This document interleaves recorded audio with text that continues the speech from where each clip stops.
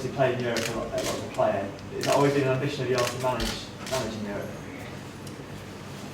Well, you know, when you're finished and you finished playing in particular, the things you remember, of course, are playing in Europe.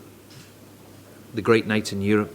I've been fortunate to have a few, and also some disappointing ones. I mean, I remember getting beat 4-0 against Barcelona in front of 125,000 waving handkerchiefs, which is an abiding memory.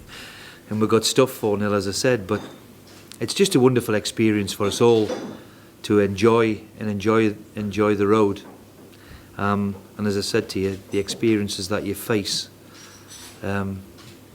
different cultures, different countries, and also playing against a very, very good team, which we're playing against tomorrow. And all around Europe now, there's these masses of teams which are, of course, very, very good teams. There's never an easy game in Europe. And if you get through this tie, you talked about retirement clubs, you could be walking out as a San Siro, and how would that feel as a manager? Well, that is the ultimate. I mean, not so much for me for management now. It's, you know, it's the players and the club and the supporters more than anything, to go and have a night out at the San Siro or wherever you can be. And no disrespect to Lokeren where we are now, but of course that's the aim. That's why we want to be in the next round if we can. Have you ever played at San Siro, Steve? San Siro, no. Have you ever been? Yes, but I have not played there. No. You know, in the last round when you were 10 minutes away from going out, did it in many ways make you appreciate how much you wanted to be in this competition? Use the microphone, because One of the microphones, please. Because they can't hear you that well. Can't hear me? I'll speak up. Okay. Oh. Yeah.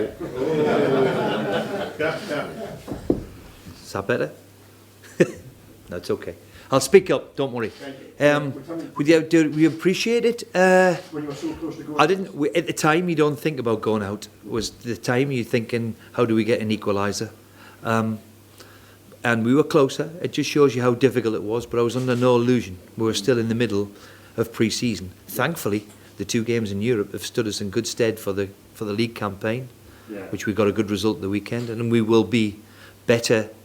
We'll be better again, physically wise, because we'll need to be. They're, as I keep saying, they're a good side, a very good side, well organised, well drilled, all know what they're doing. I've seen now a lot of them, and they're okay. They're a good side. Yeah, the sort of point I was getting at would it be devastating if you did? Yeah. Because I was sat there that night and thinking, you know.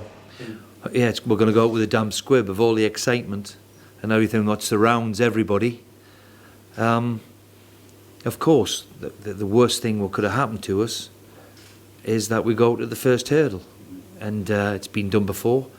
Thankfully, we got through it, and now is the next challenge to say, okay, can we overcome this club who we're playing tomorrow? And I keep telling everybody it won't be easy. Yeah. If you do get past the challenge of that route, you look at the squad you've got now, and we've sort of touched on it before, but do you need more bodies to compete on 2 fronts or 4 fronts this year? Well, as a manager, you're always looking for bodies. And if that stops, then you're not doing your job properly. We're always looking to improve. Mm-hmm. And the biggest challenge of all of us is, of course, handling the demands of not just, you know, playing the actual game. It's today, we've started off today, we're back tomorrow, we'll play the game, and then all of a sudden we've got a huge big game again Sunday. And we've seen in the past big clubs, far bigger and better resources than us, have a struggle. But look, it's the reward for Europe. So the easiest thing is to say, well, we don't want to take part. And what sort of message would that be? It's a fantastic competition, and we're going to try and enjoy it, and hope that the demands of it won't take over and ruin our season. Just the last one from me. I saw you on the phone today. The airport quite busy. I presume that wasn't your missus. Was that sort of the agents and working towards bringing people in? Was all that transfer related? Well, we've working tirelessly because, you know, football is instant, as I keep telling everybody. If I'd had this press conference a week ago, I wouldn't think I would be out without Shane Long, and I wouldn't think I would be out without Rob Snodgrass. 2 people who we invested heavily in, and in Snodgrass in particular. You know, we've spent a lot of money to give us something a bit different. He got 8 goals last year from midfield. You know, we paid a lot of money for him to give us something different, and unfortunately he's got injured. So we have to make strides and try and replace him if we can, because it looks as if with the diagnosis he's going to miss the best part of the season, if we're being honest. So we have to try and get a replacement in if we can. Steve, has he had a scan, Robert, and what's the outcome? Well, I'm just waiting to speak to the medical people here today, but we were pretty adamant that the surgeon was going to operate. If he was going to operate on the ligament which holds the kneecap in place. There's a wonderful medical term for it, but anyway, that damaged ligament is going to be repaired, and if that's the case, then he's going to be 4 to 6 months. No change from this morning.